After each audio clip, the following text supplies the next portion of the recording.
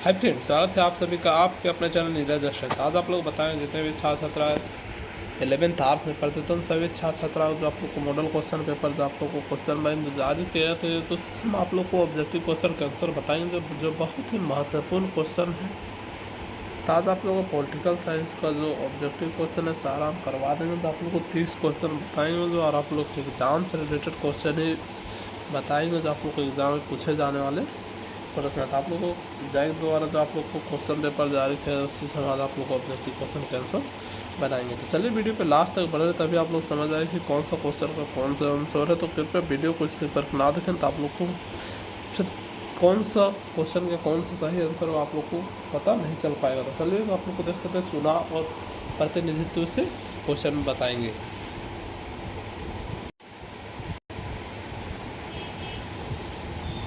तो देख सकते हैं आप लोग को क्वेश्चन स्टार्ट होता है। पहला क्वेश्चन आप लोग को क्वेश्चन बोल रहा है आप लोग को निम्नलिखित में से कौन सा प्रत्यक्ष लोकतंत्र के सबसे नज़दीक बैठता है। तो आप लोग पहला ऑप्शन है परिवार की बैठक में होने वाली चर्चा, दूसरा ऑप्शन है किसी राजनीतिक दल द्वारा अपने उम्मीदवार का चयन, तीसरा ऑप्शन है मीडिया द्वारा करवाए गए जनमत संग्रह, चौथा ऑप्शन है आप लोग को ग्राम सभा द्वारा लिए गए निर्णय। तो आप लोग को निम्नलिखित में कौन सा ऐसा प्रत्यक्ष जो लोकतंत्र का सबसे नज़दीक में बैठता है वो आप लोग को ग्राम सभा द्वारा लिए गए निर्णय। तो इसका डी नंबर जो आप लोग को राइट आंसर हो, ग्राम सभा द्वारा लिया गया निर्णय।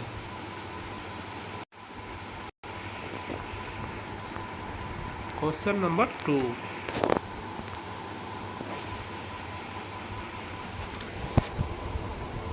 इनमें कौन सा कार्य चुनाव आयोग नहीं करता। पहला आप लोग को ऑप्शन है मतदाता सूची और उम्मीदवारों का नामांकन, दूसरा ऑप्शन है मतदान केंद्रों की स्थापना, तीसरा ऑप्शन है आचार संहिता लागू करना, चौथा ऑप्शन है आप लोग को पंचायत के चुनावों का पर्यवेक्षण करना। तो इनमें से कौन सा कार्य चुनाव आयोग नहीं करता। तो इसका आप लोग को D number right answer, panchayat के जो चुनाव का चयन जो करता है वो पर्यवेक्षण करता है वो नहीं किया जाता है। तो इसका क्वेश्चन नंबर 2 का राइट आंसर होगा आप लोग को डी नंबर।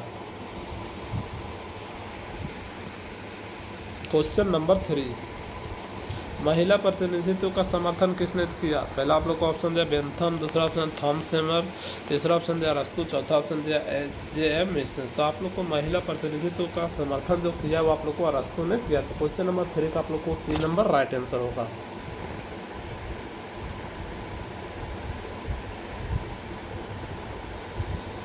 क्वेश्चन नंबर 4, निम्न में से लोकसभा तथा राज्य की विधानसभाओं में किन्हें आरक्षण प्राप्त नहीं है। पहला आप लोग ऑप्शन दिया अनुसूचित जाति, दूसरा ऑप्शन दिया महिलाएं, तीसरा ऑप्शन दिया अनुसूचित जनजाति, चौथा ऑप्शन दिया एंग्लो इंडियन। महिलाएं में निम्न में से कौन सा लोकसभा में तथा राज्यसभा विधानसभा को किन्हें आरक्षण प्राप्त नहीं है। तो महिलाएं। तो क्वेश्चन नंबर आप लोग को 4 का बी नंबर राइट आंसर होगा महिलाएं।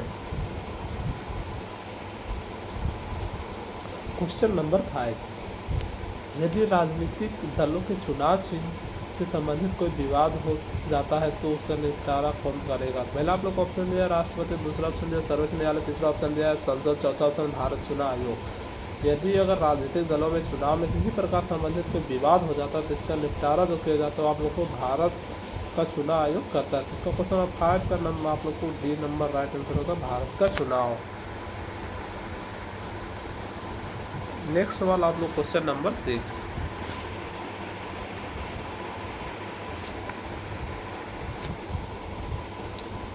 ब्रिटिश शासन के किस अधिनियम में विधान परिषद में मुसलमानों को स्थानों का आरक्षण प्रदान किया गया। पहला आपको ऑप्शन दिया 1909 का मिंटो सुधार, दूसरा ऑप्शन दिया 1932 का मैकडोनल्ड निर्णय, तीसरा ऑप्शन दिया 1919 का भारत सरकार अधिनियम, चौथा ऑप्शन दिया 1949 में बना भारतीय संविधान। तो ब्रिटिश शासन में जो किस अधिनियम में शासन प्रशासन मुसलमानों को परिषद में मुसलमानों को स्थानों का आरक्षण प्रदान किया गया। तो क्वेश्चन नंबर 6 का राइट आंसर होगा आपको ये नंबर 1909 को मार्ले मिंटो सुधार में दिया गया आरक्षण। क्वेश्चन नंबर 6 का ए नंबर राइट आंसर होगा। क्वेश्चन नंबर 7, भारत के चुनाव आयोग में मुख्य चुनाव आयुक्त सहित कुल कितने सदस्य होते हैं। पहला आप लोग ऑप्शन दिया 5, दूसरा ऑप्शन दिया 7, तीसरा ऑप्शन दिया 3 और चौथा ऑप्शन दिया 9। तो भारत के चुनाव आयोग में मुख्य चुनाव आयुक्त सहित जो है वो आप लोग कुल 3 सदस्य होते हैं। तो क्वेश्चन नंबर 7 का राइट आंसर होगा आप लोग को सी नंबर 3। क्वेश्चन नंबर 8, निम्नलिखित में से किसके चुनाव से भारत निर्वाचन आयोग का कोई सरोकार नहीं है? पहला आप लोग क्वेश्चन राज्यसभा और लोकसभा सदस्य, दूसरा ऑप्शन है राष्ट्रपति व उपराष्ट्रपति, तीसरा ऑप्शन है राज्यों के विधान मंडल, चौथा ऑप्शन है नगर पालिका व ग्राम पंचायत। तो निम्नलिखित में से किसके चुनाव से भारत निर्वाचन आयोग का सरोकार नहीं है? तो क्वेश्चन नंबर 8 का आप लोग को डी नंबर आंसर होगा, नगर पालिका व ग्राम panchayat. D number right answer होगा।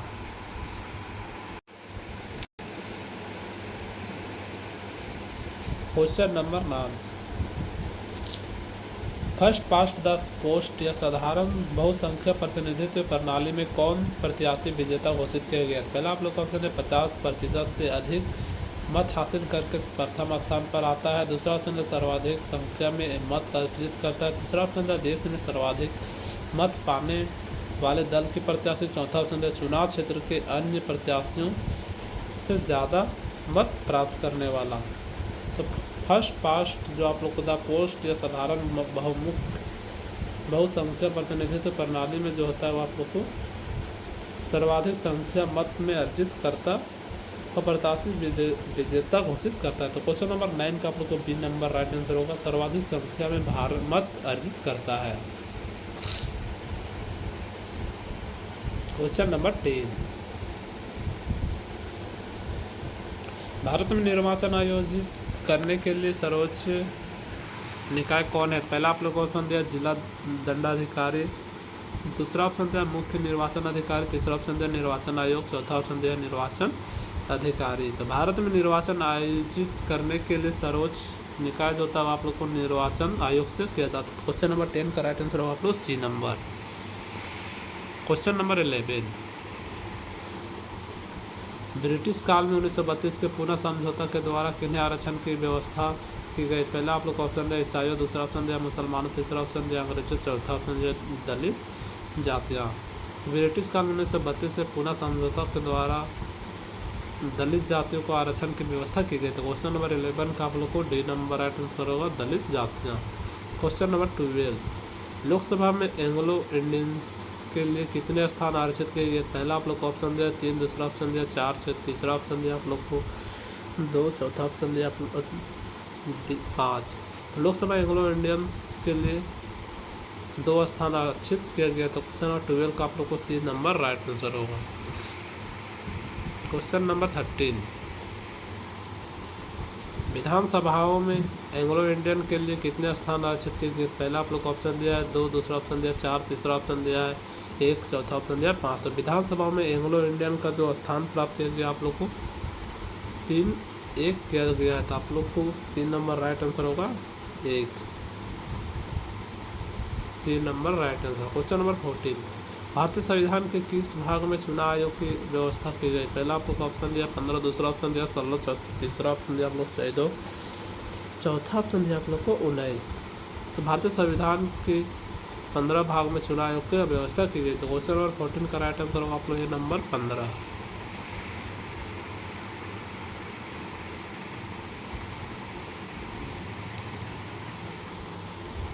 क्वेश्चन नंबर 15, भारत में किनके चुनाव में अनुपातिक प्रतिनिधित्व चुनाव प्रणाली अपनाई जाती है? पहला आप लोग का ऑप्शन है राज्यसभा के सदस्य, दूसरा ऑप्शन है विधान परिषद के सदस्य, तीसरा ऑप्शन है राज्यपाल, चौथा ऑप्शन है राष्ट्रपति। तो भारत में राष्ट्रपति चुनाव में अनुपातिक प्रतिनिधित्व चुनाव प्रणाली अपनाई जाती है। तो क्वेश्चन नंबर 15 का राइट आंसर आप लोग को डी नंबर राष्ट्रपति।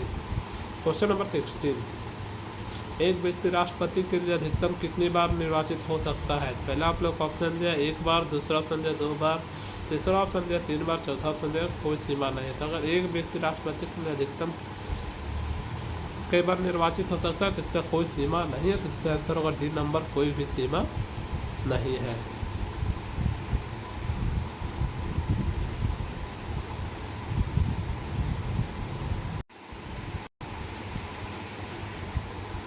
क्वेश्चन नंबर 17, एक व्यक्ति एक वोट का सिद्धांत किससे संबंधित है? पहला आप लोग का ऑप्शन है सामाजिक समानता, दूसरा ऑप्शन है राजनीतिक समानता, तीसरा ऑप्शन है आर्थिक समानता और चौथा ऑप्शन है कानूनी समानता।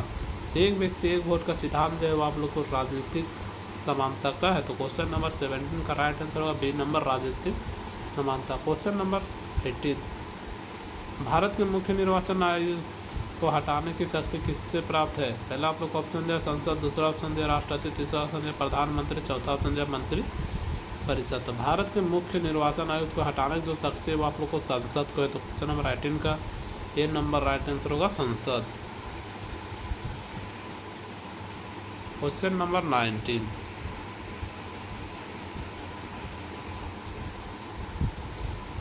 मत देने का अधिकार किस प्रकार का अधिकार है? पहला आप लोग को ऑप्शन दिया नागरिक अधिकार, दूसरा ऑप्शन दिया नैतिक अधिकार, तीसरा ऑप्शन दिया राजनीतिक अधिकार, चौथा ऑप्शन दिया सामाजिक अधिकार। मत देने का अधिकार जो है वो आप लोग को राजनीतिक अधिकार को। तो क्वेश्चन नंबर आप लोग को 19 का आप लोग को सी नंबर राइट आंसर होगा।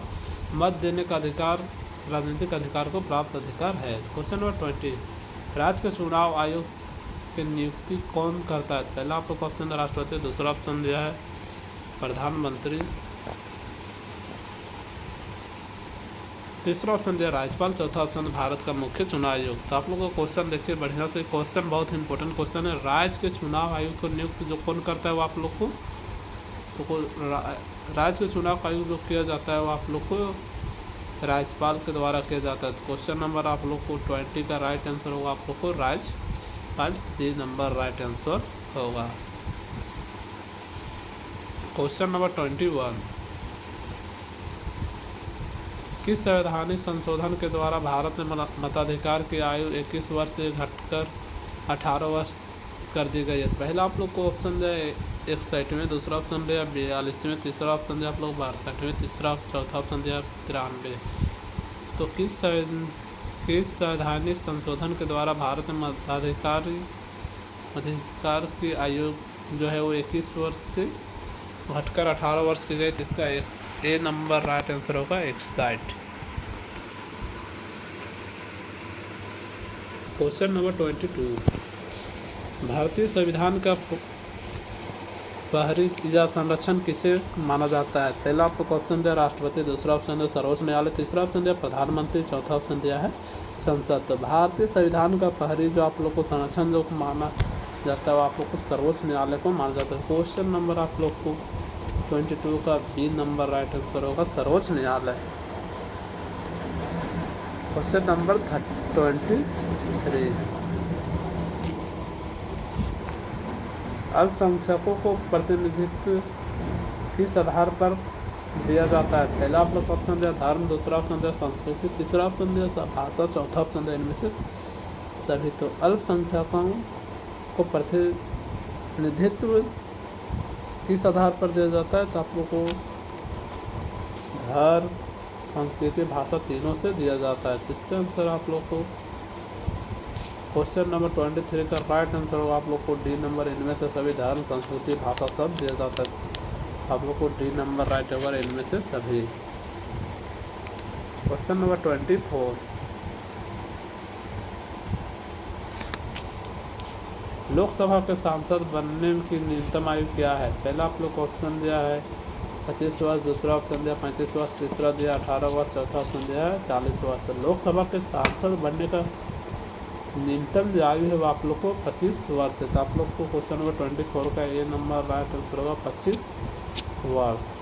क्वेश्चन नंबर 25, विधानसभा के सदस्य बनने का न्यूनतम आयु क्या है? तो लोकसभा का आप लोग 25 वर्ष है, तो विधानसभा कितना होना चाहिए? तो आप लोग पहला ऑप्शन दिया 18 वर्ष, दूसरा ऑप्शन दिया है 21 वर्ष, तीसरा ऑप्शन दिया 25 वर्ष, चौथा ऑप्शन दिया 30 वर्ष। तो विधानसभा हो या लोकसभा का सदस्य संसद बनने के लिए या सदस्य बनने के लिए आप लोग को 25 वर्ष होना अनिवार्य है। तो क्वेश्चन नंबर 25 का आप लोग को राइट आंसर होगा सी नंबर 25 वर्ष।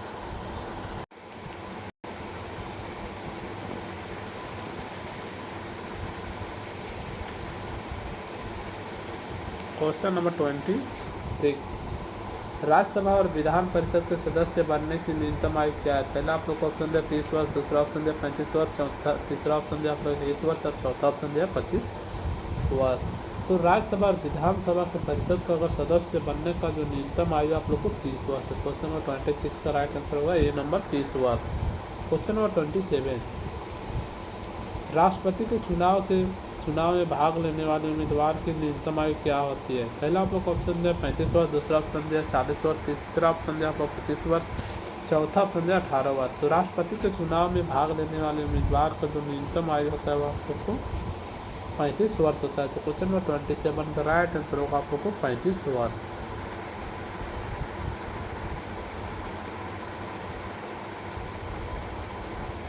क्वेश्चन नंबर 28, राष्ट्रगान, राष्ट्र ध्वज या संविधान का निरादर करने पर कोई व्यक्ति कितने वर्ष तक चुनाव नहीं लड़ सकता है? पहला आप लोग को ऑप्शन दिया 6 वर्ष, दूसरा ऑप्शन दिया 7 वर्ष, तीसरा ऑप्शन दिया 5 वर्ष,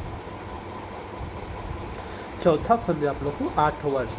तो राष्ट्रगान, राष्ट्र ध्वज या संविधान का निरादर करने पर कोई व्यक्ति कितने वर्ष तक चुनाव नहीं लड़ सकता है? तो क्वेश्चन नंबर 28 का ये नंबर राइट आंसर होगा आप लोग 6 वर्ष तक आप लोग राष्ट्रगान, ध्वज, राष्ट्र ध्वज या संविधान निरादन करने के लिए आप लोग नहीं लड़ सकते। क्वेश्चन नंबर 29, मतों का गिना नहीं बल्कि तोला जाए यह फार्मूला किस प्रतिनिधित्व प्रणाली पर लागू होता है? तो आप लोग पहला ऑप्शन दिया व्यावसायिक प्रतिनिधित्व, दूसरा ऑप्शन दिया पारदर्शिक प्रतिनिधित्व, तीसरा ऑप्शन दिया महिला प्रतिनिधित्व, चौथा ऑप्शन दिया अनुपातिक प्रतिनिधित्व।